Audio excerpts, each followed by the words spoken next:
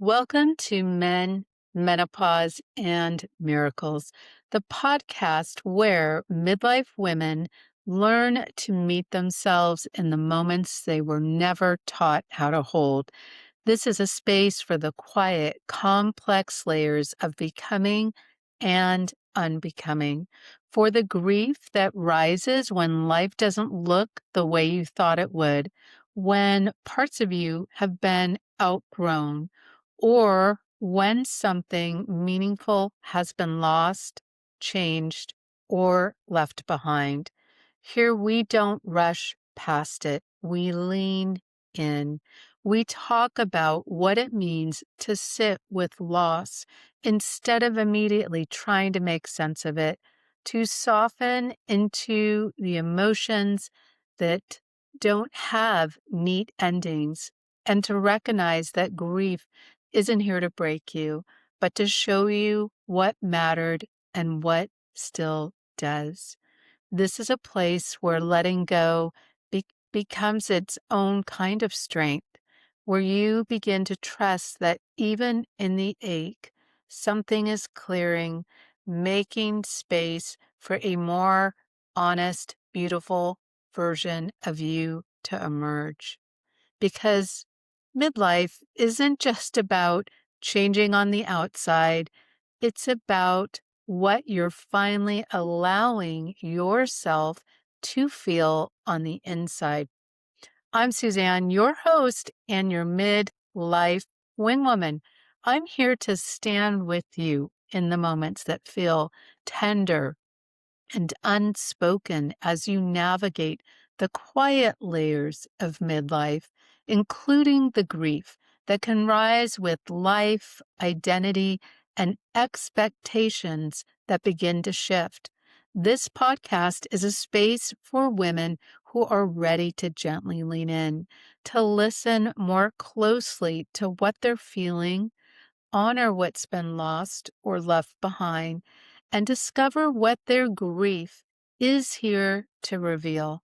Because in this season, it's not about pushing through, it's about creating room to feel, to soften, and to reconnect with parts of yourself that are ready to be seen, held, and reclaimed. This is episode 43, The Miracle of Grief. So today we're talking about something most women never were taught how to do. Just not carry grief, but to really experience it. Most of us have been taught to move on from grief, to stay busy, stay positive, stay strong. But what if the real shift in midlife is not about moving on? What if it's about finally allowing ourselves to move in, to sit with what's here instead of rushing past it? Midlife is less about loss itself and more about finally having the space to feel what was never processed before. And grief isn't arriving late. It's been patiently waiting in the wings. And add those moments to the real life and losses that happen all at once, it seems, in menopause, like a hair thinning, a body you finally felt at home in suddenly shifts. There's a loss of elasticity, muscle, patience, sometimes your thoughts, energy, and the ability to hit overdrive as often as you want. This model has removed that feature. And so this episode is dedicated to all of my friends and listeners who, upon entering or in midlife, have lost a parent, a pet, a part of a nest that was once full, who has lost confidence from a job loss or change, divorce, or end of a relationship, who are now caring for aging parents and also sending kids off to college. A lot of letting go and a slower grief process. For anyone who's lost a spouse, a sibling, or a child much too soon, there is one extremely large virtual hug being sent from me to you. So let's dig in. So, grief isn't a breakdown, it's the initiation. Relating it to midlife, it's the quiet miracle that clears out everything that maybe was never truly yours to keep or that you've had a hard time letting go of. So, something more honest can take place in this season. And as we know, change is the constant, right? And so sometimes our lives are full and sometimes they feel empty. But I really think that that ocean wave that comes out and retreats is really just the timing and the flow of life and change that occurs on a daily basis. So, naming the unspoken grief. When we hear the word grief, we often think of loss in its most obvious form. Again, losing a person that we love. But in midlife, grief gets quieter, more layered, more invisible. It can look like the relationship that didn't become what you had hoped, or waiting for the one and prayers still unanswered. It could be the years you spent putting yourself last, whether giving to family, marriage, work, volunteering, all of those things and more. It could be the body that feels unfamiliar, and enough said there. It could be the version of you that kept everything running, but slowly disappeared in the process with overcompensating, overgiving, overriding everything in yourself mainly, right? To keep it all together. And here's what makes this kind of grief so heavy is no one really acknowledges it. And so you don't either. You just keep going. But unacknowledged grief doesn't disappear. It waits patiently. And in midlife is where it finally gets its turn.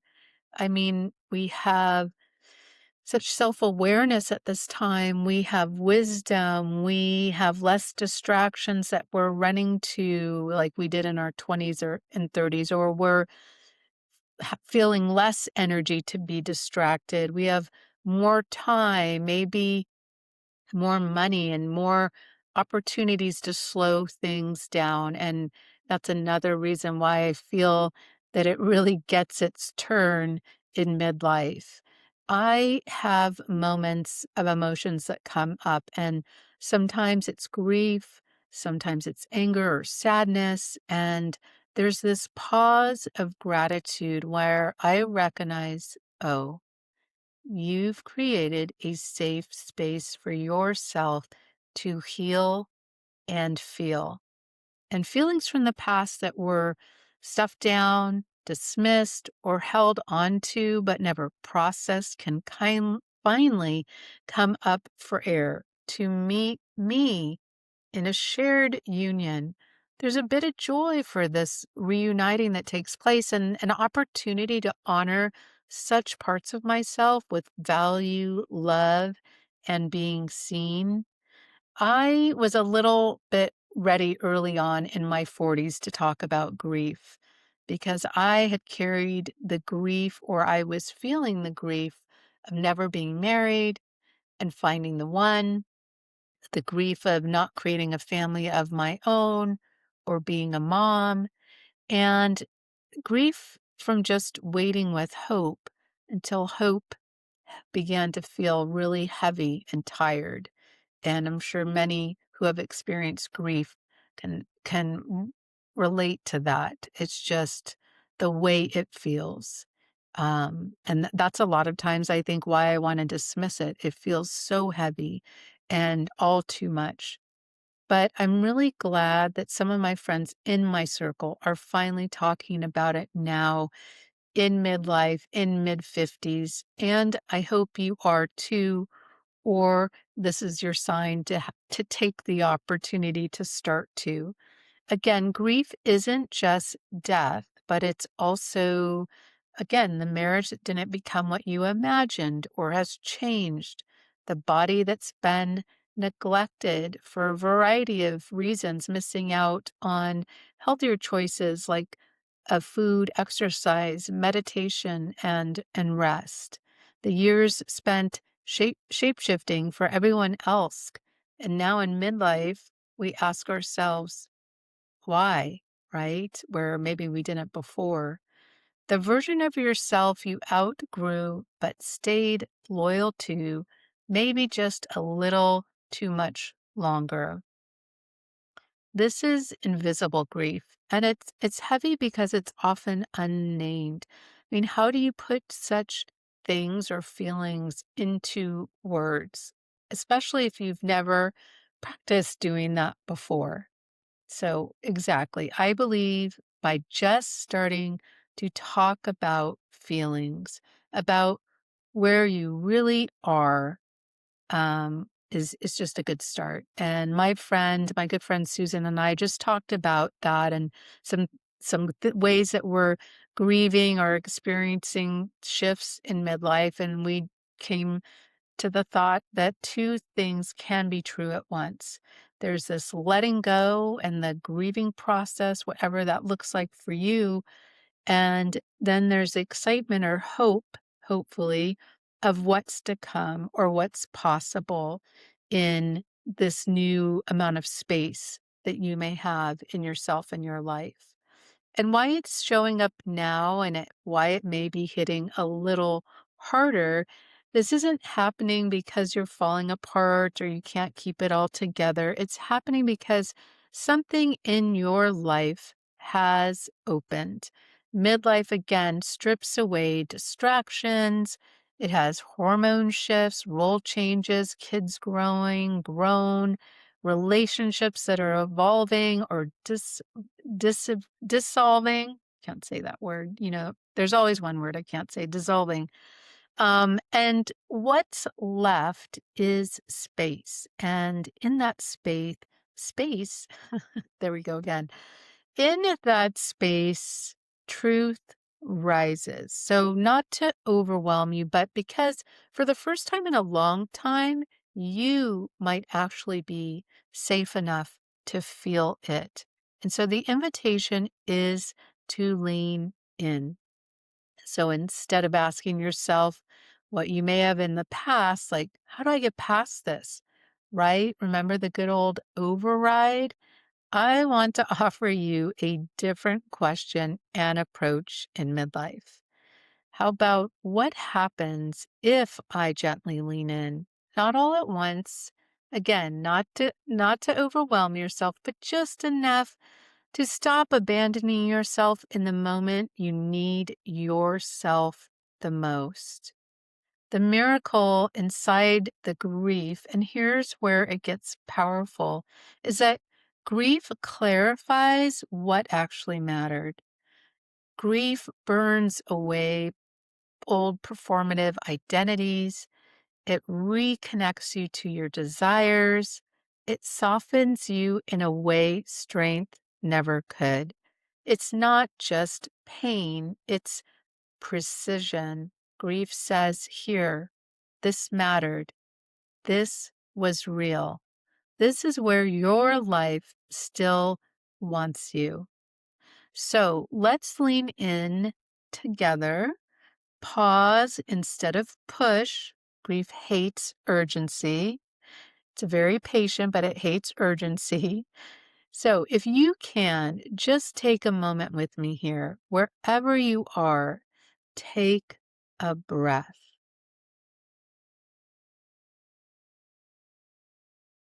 And if it feels okay, place your hand somewhere on your body, your heart, your chest, your stomach, and just notice what's here.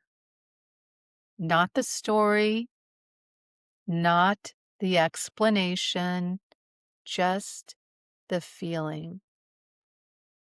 Now, gently ask yourself, what am I really grieving right now? Is it a person, a version of you, time that passed, something that never fully came to be? And before you try to fix it, numb it, or explain it, can you just pause and notice what's here? No need to fix it, just name it. Name what's actually there. Grief gets heavier when it stays vague. And who knew, right? And who wants it to feel any heavier than it already does? So naming it could really give clarity that softens the intensity of it. Be patient with yourself. It may come to you now or later in the day. And now, one more question. Ask yourself, what does this grief show me about what mattered? Because grief doesn't show up randomly, it points to something that was real, something that was meaningful, something that touched your life deeply enough to leave an imprint.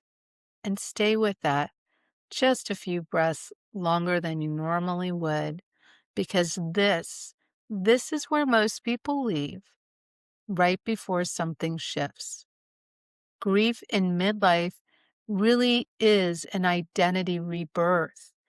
Every wave of grief in midlife asks, who are you without that role? Who are you without that person, without that version of you? And while the question can feel like standing in an emotional freefall or the edge of a cliff, it is also a blank canvas moment, not a rewrite, a truer first draft. So get curious instead of fixing it just a little, baby steps if needed. I know everyone is experiencing different levels in different ways, and it's our own journey. So for you, what is this grief trying to show you? What did you lose? And what does that say about what you value? What part of you is asking to be reclaimed? Stay with it just a little longer, not forever, not to overwhelm you, just a few breaths longer than usual. And again, this is where the opportunity is for something to shift. Here's the miracle inside grief. Here's the part we're not often told. Grief is not just pain, it's precision. Grief doesn't just take, it reveals what you truly valued, where you gave maybe too much of yourself away, where what you no longer are willing to carry any longer shows up, reveals itself, and what part of you is ready to come back home. Grief doesn't just take, it clarifies, it softens you in the places where you've been holding tension for years. It reconnects you to your depth, your desire, your truth, and that's the quiet miracle of it.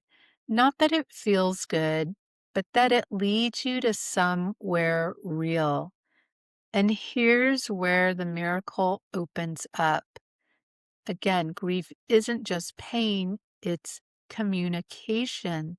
You can also ask, what is this grief trying to show me about what mattered?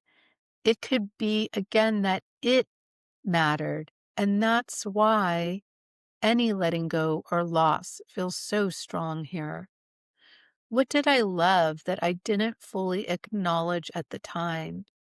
This can relate to how sometimes we may take things for granted or think that they'll be in our life forever. And it's such a great reminder for those things that are in your life or those people that are in your life now to cherish them by saying, I love you more often or showing in other small ways. Grief becomes a doorway instead of a dead end. And receive what it gives back, because grief always gives something back: truth, clarity, self compassion, desire. So powerful to have this perspective, right? Grief as precision, communication, and revealing things to us, not only associating it with pain. And every wave of grief asks something of you. Who are you without the role, without the relationship, without the version of yourself? And I know that a question can feel like those questions can make you feel like you're standing in the middle of your life without a map. But it's not emptiness, it's space. It's not a rewrite, it's really a truer first draft. And if you want to go a step further and think of grief as a close friend, who's asking you questions because it really cares about you and that you are important and that you matter. Your thoughts and feelings matter.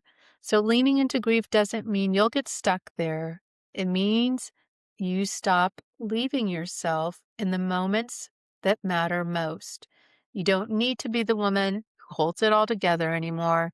You get to be the woman who feels it and still rises, not in spite of her grief, but because she finally listened to it. Grief isn't here to take you down, it is here to take you deeper. And in midlife, deeper is where your truth lives, your voice strengthens, and your next chapter begins. Begins, not ends. So, if this episode gave you permission to sit with something you've been carrying, please be sure to like, follow, or subscribe to join this midlife community and don't miss what's next. And if someone in your life is quietly holding grief that they don't have words for, share this episode with them. It might be the safe space they didn't know they needed.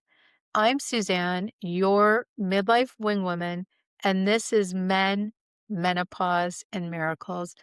Midlife isn't just about what's changing around you, it's about what's asking to be felt within you so the woman you're becoming finally has room to breathe. I'll see you next Monday, same time, same space. Until then, take care and bye for now.